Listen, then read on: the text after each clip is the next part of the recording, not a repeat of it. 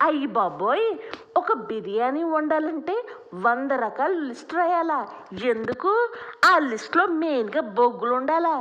ఏంది బిర్యానీలో బొగ్గులేసుకొని మనం తింటామా ఏంటి? నాకదొకటి చిన్న డౌటు. మనం చేసేది అన్నం బాగుండాలి, మెత్తగా రాకూడదు. ఇక ముద్ద తింటున్నప్పుడు మనం రుచిని ఫీల్ అవుతూ ఉంటే ఆ కిక్కే వేరు. ఇలాగా కూరతో పని ఉండదు, అట్లాగే మజ్జిగ చారుతో పని ఉండదు. ఇక రైస్తోనే కడుపారా తినేసేవాళ్ళు చాలామంది ఉంటారు. మరి అంత రుచిగా ఉండాలంటే ఈ చెత్తా చెదారం ఎందుకు? నేను చేసి పెడతాను, కమ్మగా తినచ్చు. మరి నేను చేసేదేమో చాలా డిఫరెంట్గా ఉంటాయి. రూపాయి ఖర్చు లేకుండా మీకు ఇంట్లోనే ఈజీగా ఎటువంటి హంగామా లేకుండా చేస్తాను. మనం ఎంత చేసినా మన నోటికి రుచి ఉంటేనే ఒక ముద్ద అలాగే తింటాము మాట పడకుండా. అదే రుచి పచ్చి లేకుండా ఎంత ఆర్భాటం చేసినా యావరేజ్గా తిన్నారనుకో మనం సాటిస్ఫై అవుతామా? మనది లక్ ఏంటంటే ఎంత ఆర్భాటం చేయక్కర్లేదు, కూసంత కడుపారా ఉండేలాగా మనం నీట్గా చేస్తే చాలు. అదొక్కటే నేను అనుకుంటాను. మరి అలా చేయాలంటే ఇవన్నీ నేను ఆర్భాటాల దగ్గర కూడా రానివ్వను. మరి నేను చెప్పినట్టు చేశారనుకో నోటికి రుచిగా తింటారు. మరి స్టార్ట్ చేయన వీడియో. ఇట్లాగా స్టవ్ ఆన్ చేసుకుని ఒక కడాయి పెట్టుకొని ఇప్పుడు అంటే నేను ఎప్పుడు ఇలా కరెంట్ కుక్కర్ గిన్నె ఉండేది కదా, గిన్నె పొయ్యి మీద పెట్టుకుని చేస్తూ ఉంటానే. మీ దగ్గర ఏది కన్వీనియంట్ ఉంటే అది చేయండి. తర్వాత ఇట్లాగ నేను ఒక 5 టేబుల్ స్పూన్ మామూలు నూనె ఇలాగ నూనె వేసుకుని ఆ నూనె కూడా ఏడుశనగ నూనె అయితే కమ్మగా రుచిగా ఉండిద్ది. కూసంత ఆలోచించండి మీరు కూడా. ఇట్లాగా 5 టేబుల్ స్పూన్ వేసిన తర్వాత 2 నిమిషాలు వేగిన తర్వాత బిర్యానీ ప్యాకెట్ ఉండేదిగా మనకి 25 రూపాయలకి వస్తుందిగా, ఆ 25 రూపాయల బిర్యానీ ప్యాకెట్ ఇట్లాగ మీరు చక్కగా అన్నీ వేసేసుకోండి. ఒక్కడు కూడా ఆలోచించకండి. నేను ఇప్పుడు వండేది బంగారా రైస్, అది కేజీన్నరతో ఇలాగ వండుతున్నానమ్మా. ఆ కేజీన్నర రైసు నాకు ఈ ఒక్క బిర్యానీ ప్యాకెట్ చాలు. ఇలా వేసుకొని చక్కగా 2 నిమిషాలు గోల్డ్ కలర్ వచ్చేలాగా వేయించుకోండి. ఇప్పుడు ఒక పెద్ద సైజు ఉల్లిపాయ 2 పచ్చిమిరకాయలు వేసి ఇలా 2 నిమిషాలు వేయించుకోండి. తర్వాత ఇప్పుడు 5 రూపాయల ప్యాకెట్ పచ్చి బఠానీ ఉండేది కదమ్మా గ్రీను, ఆ గ్రీన్ బఠానీ ఒక ప్యాకెట్ వేసుకుంటే చాలు, ఎక్కువ కూడా అక్కర్లేదు. ఇలా వేసుకుని 2 నిమిషాలు దోరగా వేయించుకోండి అమ్మా. ఇలా ఉల్లిపాయ పచ్చిమిరకాయ పచ్చి బఠానీ కూడా దోరగా వేగిన తర్వాత ఇప్పుడు అల్లం వెల్లుల్లి గరం మసాలా పేస్ట్ అది 2 టేబుల్ స్పూన్ వేస్తే చాలు, ఇంకెక్కువ కూడా అక్కర్లేదు కేజీన్నర రైస్కి. ఇలా వేసుకుని 2 నిమిషాలు దోరగా పచ్చివాసన పోయేలాగా అల్లం వెల్లుల్లి గరం మసాలా పేస్టు 2 నిమిషాలు వేయించుకొని ఇప్పుడు ఇలా చక్కగా మనకి వేగిన తర్వాత మనం ఎంత వేగించుకుంటేనే మసాలా అనేది పర్ఫెక్ట్గా మనకి రైస్ వేయగానే ఆ ఫ్లేవర్ అనేది బయటకు వచ్చేస్తూ ఉండిద్దమ్మా, అంత టేస్ట్ ఉండిద్ది.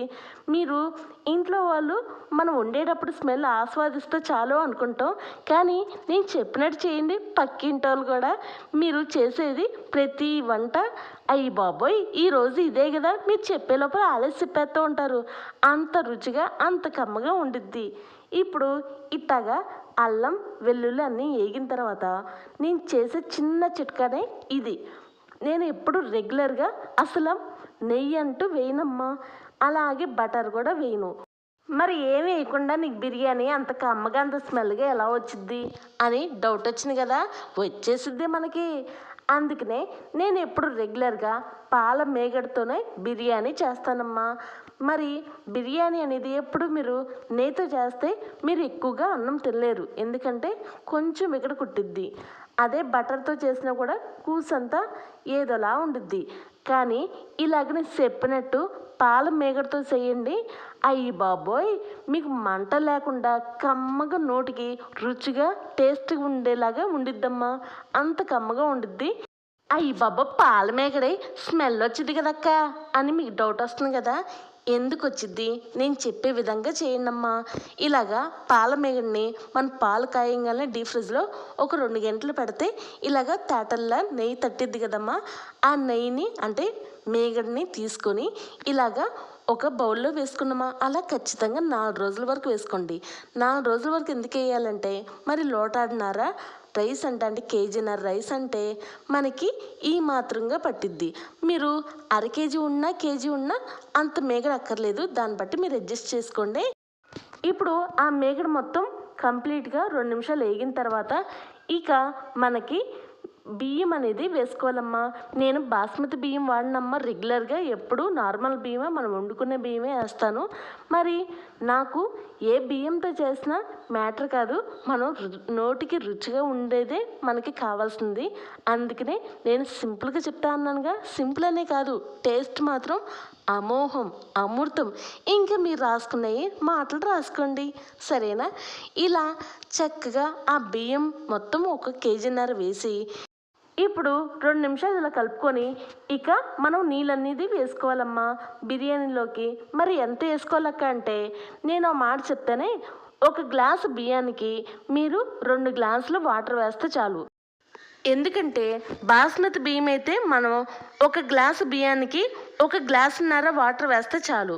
అలాగే నార్మల్ రైస్ అయితే మీరు ఎప్పుడు వండుకునేలాగా 1 గ్లాసు బియ్యానికి 2 గ్లాసులు వేస్తే చాలు.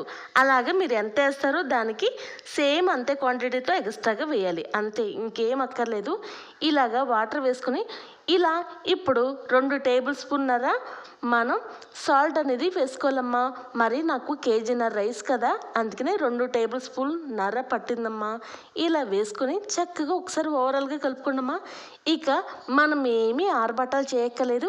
ఇక మనం మూత వేసేసుకొని ఖచ్చితంగా ఒక 20 నిమిషాల్లో రైస్ అనేది రెడీ అయిపోద్దమ్మా.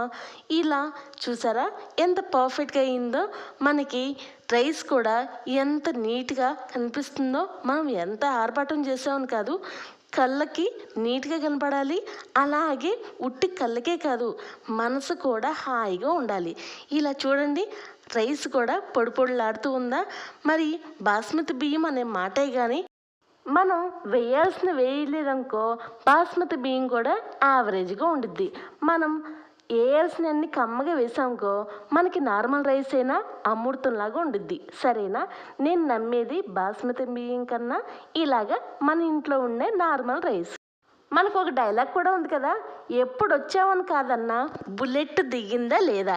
అలాగే మనం ఏ రెసిపీ చేసామని కాదు, కమ్మగా ఉందా లేదా, అదొక్కటే కావాలి, సరేనా? మరి అలాంటప్పుడు ఇలాగ నేను చెప్పిన క్వాంటిటీతో చెప్పిన విధంగా మేగడతోనే చేయండమ్మా. ఒకసారి ట్రై చేయండి. ఇలా ఒక్కసారి ట్రై చేస్తే నా సావిరంగా ముద్ద తినకుండా మాత్రం ఉండరు, సరేనా?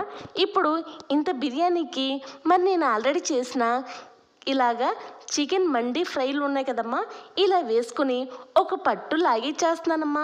మరి ఫస్ట్ మీకు తర్వాత మాకు. మరి ఒక మాట చెప్తేనే ఇలా ఊరించడం నేను చేసేది కూడా తప్పే. మరి అలాంటప్పుడు నేను వివరంగా చెప్తున్నానుగా, కమ్మగా ఇంట్లో ట్రై చేయండమ్మా. నన్ను నమ్మండి, కడుపారా తింటారు. సరే వెళ్ళరానా, బాయ్ అమ్మా, థ్యాంక్స్ ఫర్ వాచింగ్. ఒక నవ్వు నవ్వచ్చు కదా మా అమ్మ కాదు. ఒక లైకు, షేరు, సబ్స్క్రైబ్.